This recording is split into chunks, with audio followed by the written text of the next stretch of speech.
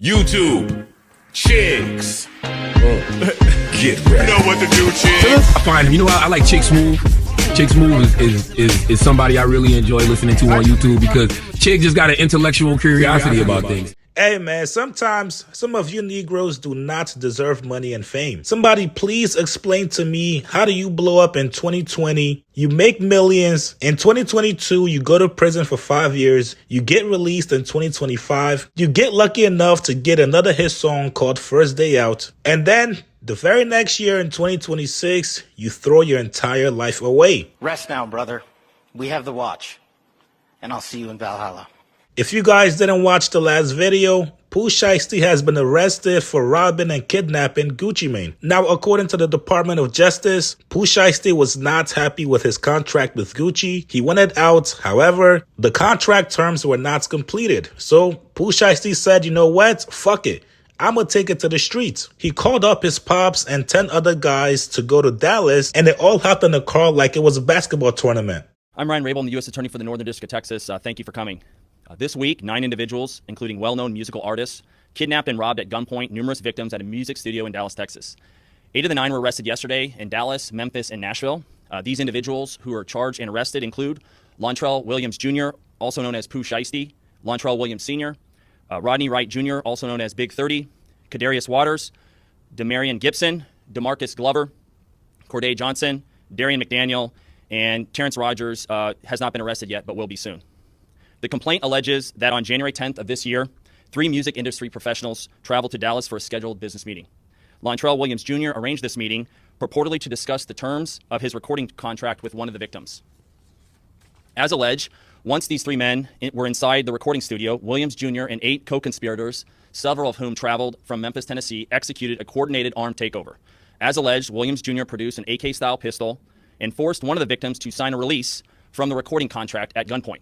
The remaining conspirators displayed firearms and robbed the other victims of Rolex watches, jewelry, cash, and other high-value items. One of the victims was actually choked by one of the defendants to the point of near unconsciousness. Defendant Wright barricaded the studio door with his body to prevent the victims from escaping.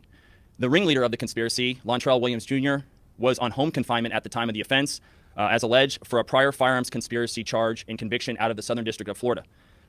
Towards the end of his prison sentence, he had been granted home detention. Part of the terms of his home detention were that he would not commit another federal offense or possess a firearm. His father, Lontrell Williams Sr., is alleged to have helped plan and execute the federal kidnapping as charged in the complaint. And as described further in the complaint, within hours of leaving the Dallas studio, a number of the defendants were on social media displaying some of the items that appeared to be the jewelry that had been robbed from the victims. Now, my thing is, during that entire ride from Memphis to Dallas, nobody on that car said, hey man, what if there's cameras there? Or hey man, what happens if we get caught? Document outlines some of the evidence, just some, establishing the defendant's roles in the federal offense. This is as follows. Electronic monitoring data placing Williams Jr. at the offense location, which would put him in violation of his home detention conditions. Cell phone records and license plate reader data corroborating the coordinated travel of multiple defendants from Memphis, Tennessee to Dallas. Rental car records confirming Williams Sr. rented a vehicle that was used by the group. Surveillance footage from the offense location, a nearby office supply store, and a hotel where several of the defendants stayed following the offense. Fingerprint evidence as well that was recovered from the crime scene, matching at least 2 of the defendants. Social media posts by defendants displaying what appears to be stolen property just in the days following the offense. Greyhound bus records confirming the travel of multiple defendants from Dallas to Memphis the day after the offense. Now, the most baffling part is Pooh Shiesty. Brother, you just got out of prison. You got the cars, the hoes, everything you could ever possibly imagine. Don't you like vagina? Don't you like titties? Don't you like being able to call up any random female of your choosing at any random point in the day just to come and top you off? What is it about prison and getting locked up and being around men that you guys like so much? Now, a lot of people are coming out and reacting to this news. Lil Woody had a very insightful point. Here's what he said. Let me understand this, y'all. Please help me. I really need help. Pooh Shiesty did all that time in jail, in the feds. He around people that have unbelievable cases where it show how far the feds willing to go. Pooh Shiesty came home, y'all, and made the first day out, they sent him right back to jail. Pride and ego is our main enemy. That's why I call myself Woody versus Woody. I have to fight myself every day to not let these suckers trick me back in jail. To not let these suckers trick me away from my kids and take my life. That young nigga came home, bro, and did NBA Youngboy numbers. First song he put out, they said he was gonna flop. That young nigga went to the top. He had all the cars, the lifestyle, everything he dreamed of having. But he didn't change his mindset. Look what the boy did. The boy done went and did some stupid shit. Caused him to go back to jail. Listen, young man, we our own enemy. The shit stopped when we change our mindset. Man, we ain't gotta fake an image no more. We did what these niggas wish they can do. We ain't gotta keep doing it. That's why I say these niggas play the game till they lose. You gotta know when to get out of it, bro. You gotta know when to say, okay, this is it. Cause they all love you, they gas you on. And when they fucking putting fucking handcuffs on you, and you come to the realization that this shit is real, now y'all wonder why Woody walk the way he walk and talk the way he talk. Nigga, the feds are real. That cemetery with all them bodies in there is real. This ain't Grand Theft Auto. This ain't no fucking TV show. This our real lives. And y'all wonder why these white people don't want to see us with no money. Cause we do stupid shit with it. You had no business doing that. You folks came out here and led by example. The chief of snitching, Charleston White, also came out and he had this to say. Damn, Shiesty. They get the whole man too. What them feds mean is a motherfucker. Take it to daddy too. God damn. Shit. If there's any other time to think about telling, this is it right here. You talking about the kind of federal charges for federal kidnapping?